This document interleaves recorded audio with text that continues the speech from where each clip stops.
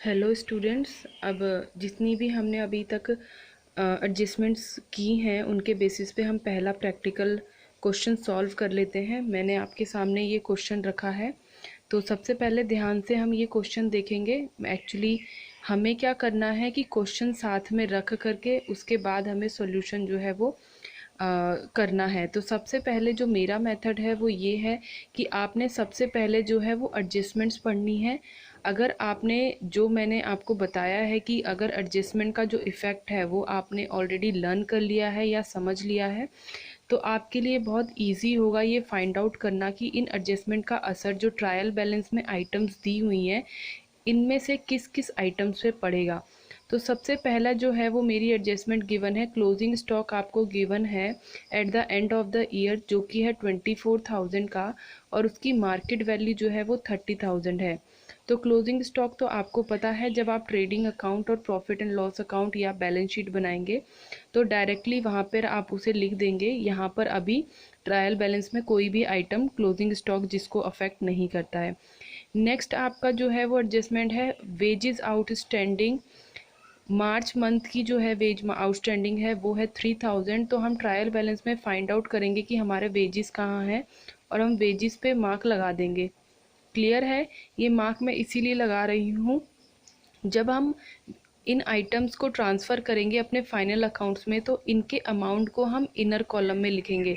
जैसे कि आप यहाँ देख सकते हैं, मैंने परचेजेस के अमाउंट को इनर कॉलम में और वेजेस के अमाउंट को इनर कॉलम में लिखा हुआ है।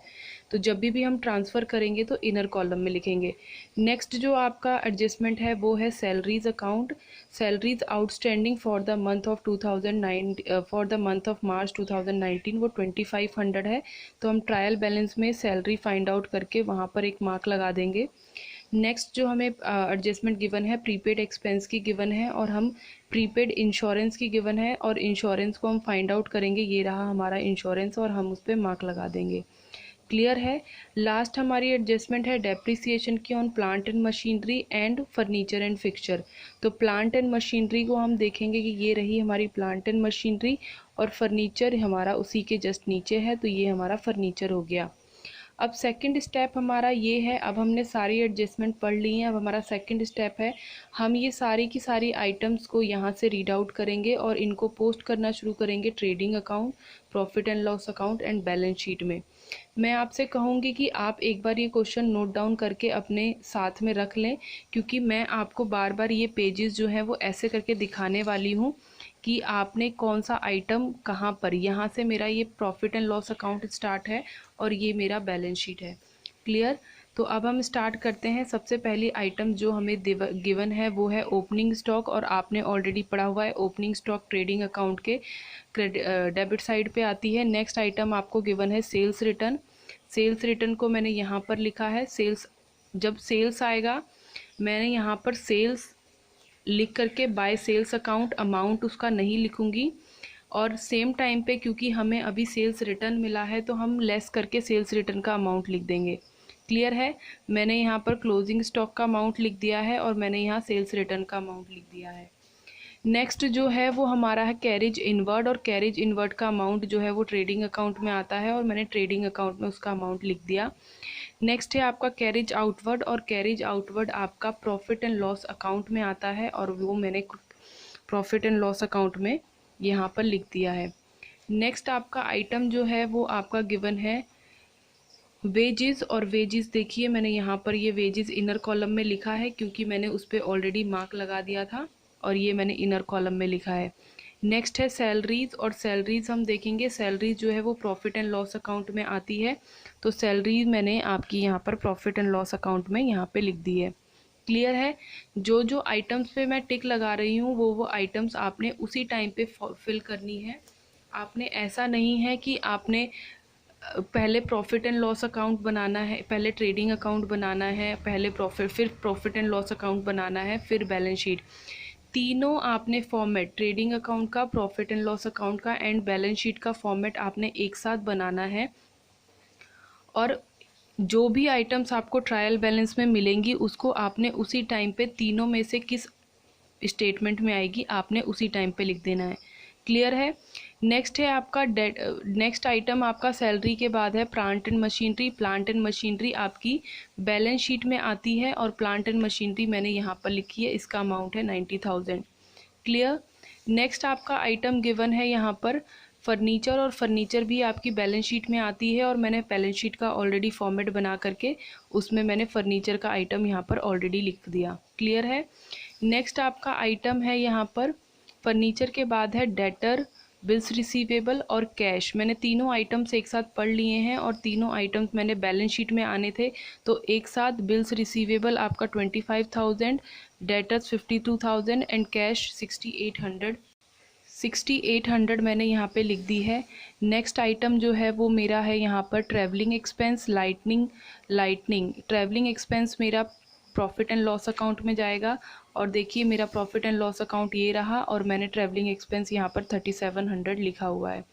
नेक्स्ट है आपका लाइटनिंग, और लाइटनिंग जो है वो फैक्ट्री की है, तो वो फैक्ट्री की है तो वो ट्रेडिंग अकाउंट में जाएगी, और ट्रेडिंग अकाउंट में मैंने यहाँ पर लाइटनिंग लिखी है। लाइटनिंग मेरा ट्रेडिंग अकाउंट ये रहा, यहाँ पर ये रहा, मैंने अपना ये लिखा हुआ है। नेक्स्ट जो है वो आपका आइटम है लाइटनिंग के बाद है rent and taxes, general expenses and insurance. Rate and taxes और जनरल इंश्योरेंस जो है वो देखेंगे हम कहाँ पर है।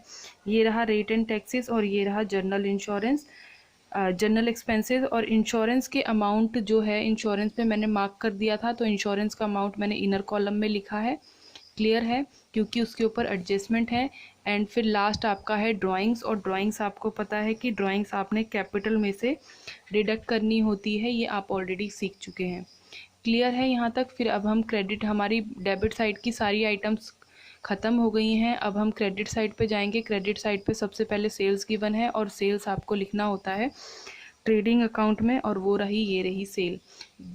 बच्चों जब जब मैं मार्क कर रही हूँ इसका मतलब ये है कि आपने उस आइटम को उस टाइम पे लिखना है। मैंने ये ऑलरेडी लिख करके तब आपको समझा रही हूँ बिकॉज वीडियो का साइज़ ज़्यादा बड़ा ना हो।